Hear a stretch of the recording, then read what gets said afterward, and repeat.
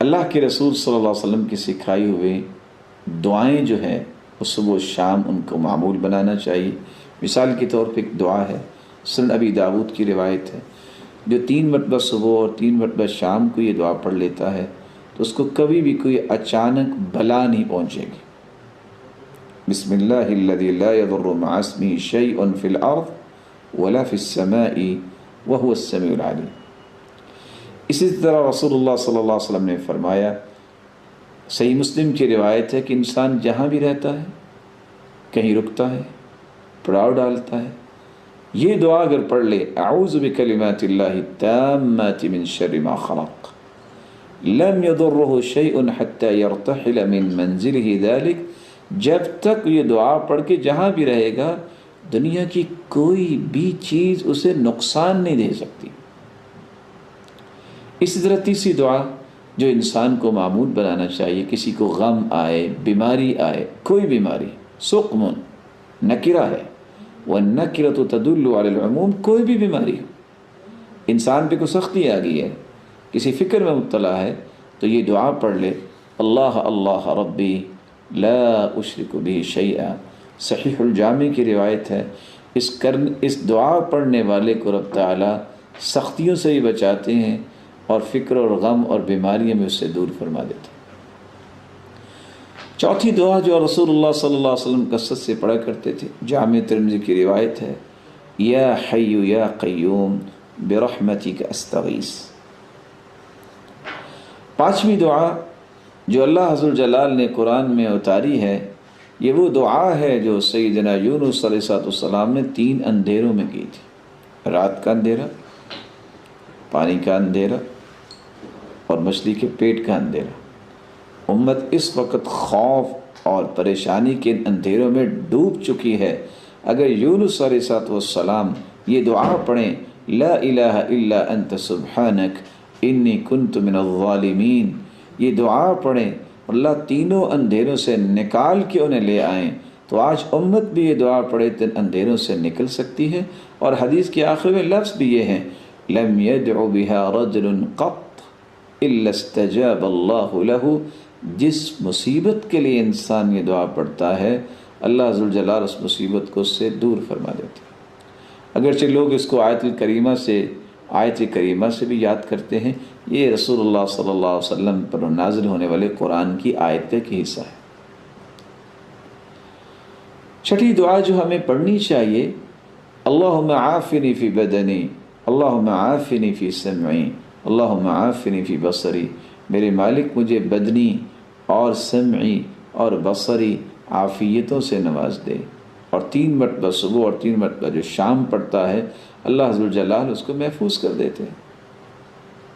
لا الہ الا انت، اس دعا کے آخر میں یہ الفاظ ہیں، توحید کا کلمہ بھی یہ آنا چاہیے، تاکہ اللہ کی توحید کو جو خالص کرتا ہے اللہ اسے امن دے دیتے ہیں۔ الذین آمنوا ولم یلبسوا ایمانہم بظلم اولئک لہم الامن فہم مہتدون، جو توحید کو خالص کرتے ہیں، شرک کی آمیزش نہیں کرتے، اللہ تعالیٰ انہیں امن سے نوازتے ہیں، ہر بیماری سے، ہر مصیبت سے، ہر دکھ پریشانی سے، اور ہدایت یافتہ بھی یہی لوگ ہیں۔ رسول اللہ صلی اللہ علیہ وآلہ وسلم نے ایک 7ویں دعا بھی سکھائی ہے، اللہم انی اعوذ بک من منکرات الاخلاق والاعمال والاہواء والادواء، اللہ برے اخلاق، برے اعمال، بری خواہشات اور بری بیماریوں سے مجھے محفوظ فرما، میں تیری پناہ میں آتا ہوں۔ صحیح الجامع کی روایت ہے، اس دعا کو بھی یاد کر کے معمول بنانا چاہیے۔ اور 8ویں دعا، اللہم انی اعوذ بک من البرص والجنون والجزام ومن سیء الاسقام، اے اللہ برس کی بیماری سے، پاگل پن اور کوڑ سے اور تمام بری بیماریوں سے میں تیری پناہ مانگتا ہوں۔ اللہ کے رسول صلی اللہ علیہ وسلم یہ دعا بھی مانگا کرتے تھے، اللہم انی اعوذ بک من زوال نعمتک، اللہ جو نعمتیں ہیں مجھ سے زائل نہ کر دینا، صحت کی بھی نعمت ہے اللہ مجھ سے چھین نہ لینا، وتحول عافیتک، اور تو نے عافیت سے نوازا ہوا ہے یا اللہ اس کو تبدیل نہ کر دینا، وفجاءت نقمتک، اللہ اچانک کی سزا نہ مجھے دینا، وجمیع سخطک، تیری ہر قسم کی ناراضگی سے میں تیری پناہ مانگتا ہوں۔ یہ دعا بھی کرنی چاہیے جو صحیح مسلم کی روایت ہے۔ 10ویں دعا رسول اللہ صلی اللہ علیہ وسلم نے امت کو سکھائی ہے کہ جو شخص کسی بھی غم یا مصیبت میں یہ دعا پڑھ لیتا ہے، اللہم انی عبدک وابن عبدک وابن امتک ناصیتی بیدک ماض فی حکمک عدل فی قضاؤک اسألک بکل اسم هو لک سمیت به نفسک او علمته احدا من خلقک او انزلته في كتابك او علمته احدا من خلقك او استأثرت به في علم الغيب عندك ان تجعل القرآن العظيم ربيع قلبي ونور صدري وجلاء حزني وذهاب همي۔ اللہ کے رسول کا فرمان ہے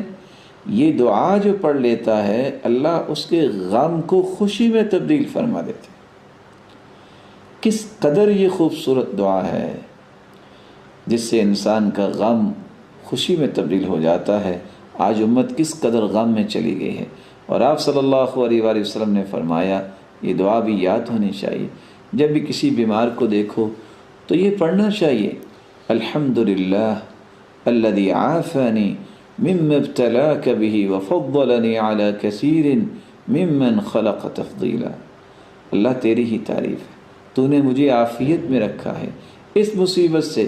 جس میں اس نے تجھے مبتلا کیا ہے۔ جب اس کو دیکھ کے پڑھے جو انسان بیچارہ بیمار ہے، اللہ اس کو بھی صحت دے، اور اے اللہ تو نے مجھے کتنی فضیلت سے نوازا ہے۔ یہ دعا پڑھنے والا اللہ ذوالجلال کے ہاں اتنا محفوظ ہو جاتا ہے کہ رب تعالی اس کو اس بیماری سے محفوظ فرما دیتے ہیں جس بیماری والے کو دیکھ کے انسان یہ دعا پڑھتا ہے تو اللہ ذوالجلال اس کو اس بیماری سے محفوظ فرما دیتے ہیں۔